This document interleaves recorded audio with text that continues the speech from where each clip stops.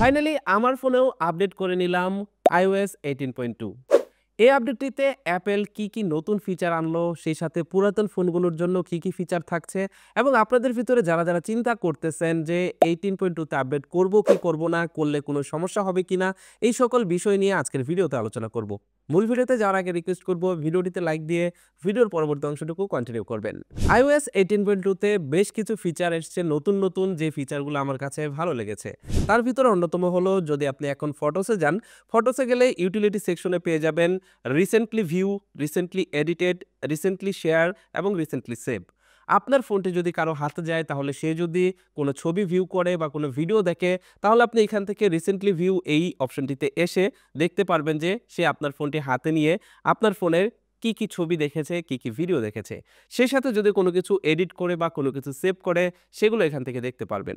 আবার আপনি চাইলে এখান থেকে এই যে 3 ডট রয়েছে, 3 ডটে প্রেস করে রিমুভ অল রিসেন্টলি ভিউড এটাতে ক্লিক করলেই আপনার রিসেন্টলি ভিউয়ের থেকে সকল কিছু মুছে যাবে। তার মানে আপনি ফোন ব্যবহার করার পর যদি এটাকে রিমুভ করে দেন, কারো হাতে দেন, তাহলে সে দেখতে পারবে না রিসেন্টলি আপনি ফোনের ভিতরে কি দেখেছেন।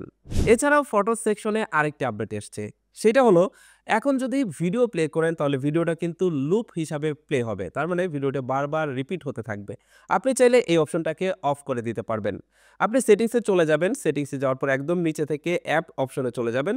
অ্যাপে যাওয়ার পর এখান থেকে চলে যাবেন ফটোসে। ফটোসে যাওয়ার পর একটু নিচের দিকে গেলে দেখতে পারবেন লুপ ভিডিও নামের একটা অপশন রয়েছে। এটাকে যদি অফ করে দেন, তাহলে ভিডিওটি আর লুপ হবে না। আর যদি আপনার এটা অফ থাকে এবং আপনার যদি লুপ ভিডিওর প্রয়োজন পড়ে, তাহলে এটাকে অন করে দিলেই ভিডিওটা বারবার রিপিট হতে থাকবে। এছাড়াও 18.2 তে কন্ট্রোল প্যানেলে কিন্তু বেশ কিছু আপডেট এসছে। তার ভিতরে আমার কাছে যেটা ভালো লেগেছে, সেটা হলো কন্ট্রোল প্যানেলে এসে ট্যাপ করে ধরে রাখবেন, অ্যাড এ কন্ট্রোলে ক্লিক করবেন এবং এইখানে আপনি সার্চ বারে সার্চ করবেন সিরি। সিরি লিখে সার্চ করলেই দেখতে পারবেন এখানে সিরি টাইপের অপশন চলে আসছে, এটাতে প্রেস করবেন, এটা অ্যাড হয়ে যাবে। এবার আপনি এখান থেকে যখনই এই সিরি টাইপে প্রেস করবেন, তখন আপনি দেখতে পারবেন এখানে টাইপিং এর অপশন চলে আসছে।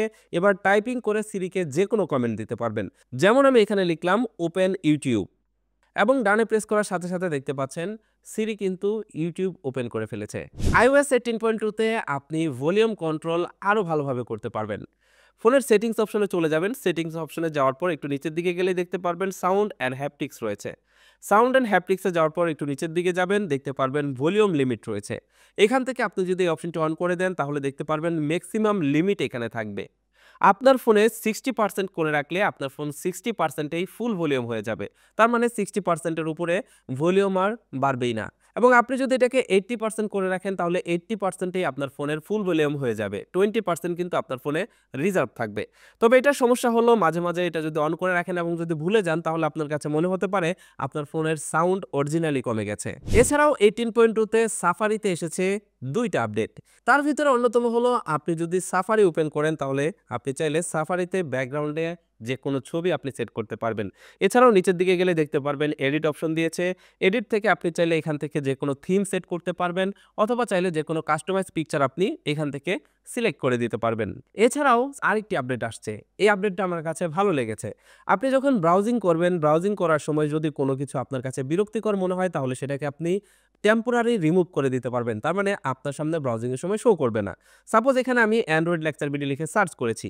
এখান থেকে দেখুন একটা অপশন রয়েছে, এই অপশনটিতে প্রেস করবেন এবং হাইড ডিস্ট্রাক্টিং আইটেম এই অপশনটিতে ক্লিক করবেন। এবার এখান থেকে যেটা আপনার ভালো লাগবে না, জাস্ট সেটার উপর ট্যাপ করবেন। সাপোজ এখান থেকে ইউটিউবের এই অপশনটি আমার ভালো লাগছে না, এটাতে ট্যাপ করলাম এবং এখান থেকে হাইড লেখাতে ক্লিক করলাম। দেখতে পাচ্ছেন এটা হাইড হয়ে গেছে। তার মানে এখান থেকে আপনি যে কোনো কিছু চাইলে হাইড করে ফেলতে পারবেন। সেই সাথে আমার কাছে এই হাইডের যে ইফেক্টটা রয়েছে, এই ইফেক্টটা কিন্তু দারুণ লেগেছে। জাস্ট ট্যাপ করবেন এবং হাইডে প্রেস করবেন, দেখতে পারবেন আপনার ব্রাউজিং এর যে ফিড রয়েছে সেটা একদম ক্লিয়ার হয়ে যাচ্ছে। এছাড়াও 18.2 তে আপনি আরেকটি আপডেট লক্ষ্য করবেন, সেটা হচ্ছে আপনি ভিডিওতে এসে এখানে দেখতে পারবেন আপনি ন্যানো সেকেন্ডও এখানে শো করছে। আগে কিন্তু মিনিট এবং সেকেন্ড শো করতো, এখন কিন্তু ন্যানো সেকেন্ডও শো করে। 18.2 তে আরেকটি আপডেট এসছে, সেটা হচ্ছে ব্যাকগ্রাউন্ড মিউজিক প্লের ক্ষেত্রে। আগে ফোন লক থাকা অবস্থায় ব্যাকগ্রাউন্ড থেকে কিন্তু আপনি নেক্সট করতে পারতেন, প্লে পজ করতে পারতেন, কিন্তু এখন থেকে ভলিউমও কন্ট্রোল করতে পারবেন। এর জন্য চলে যাবেন সেটিংসে যাওয়ার পর আপনি চলে যাবেন অ্যাক্সেসবিলিটিতে আসার পর একটু নিচের দিকে যাবেন, দেখতে পারবেন এখানে রয়েছে অডিও অ্যান্ড ভিজুয়াল। এখান থেকে অডিও ভিজুয়ালে ক্লিক করলে একটু নিচের দিকে গেলে দেখতে পারবেন অলওয়েজ শো ভলিউম কন্ট্রোল। এই অপশনটি যদি আপনি অন করে রাখেন, তাহলে ব্যাকগ্রাউন্ডে আপনি যখন মিউজিক প্লে করবেন, তখন কিন্তু ভলিউমও কন্ট্রোল করতে পারবেন। এছাড়াও আইফোন এক্স, আইফোন এক্সএস সহ আগের যে মডেলগুলো রয়েছে এই মডেলগুলোতে কিন্তু আপনি কল রেকর্ডিং ফিচারটা পেয়ে যাচ্ছেন। সেই সাথে যারা আইফোন 50, 15 প্রো ম্যাক্স অথবা 16, 16 প্রো, 16 প্রো ম্যাক্স এই লেভেলের ফোনগুলো ব্যবহার করছেন তারা কিন্তু অ্যাপেল ইন্টেলিজেন্সের মাধ্যমে আরও বেশ কিছু অ্যাডভান্স ফিচার পাচ্ছেন। আপনারা অনেকেই বলছিলেন এই আপডেটটি দেওয়ার পর ব্যাটারি হেলথ ডাউন হয় কিনা। আমি গত 3 দিন যাবৎ ফোনটিতে 18.2 আপডেট করেছি। আমি আমার যে আগের ব্যাটারি হেলথ ছিল সেই ব্যাটারি হেলথ এখনও দেখতে পাচ্ছি।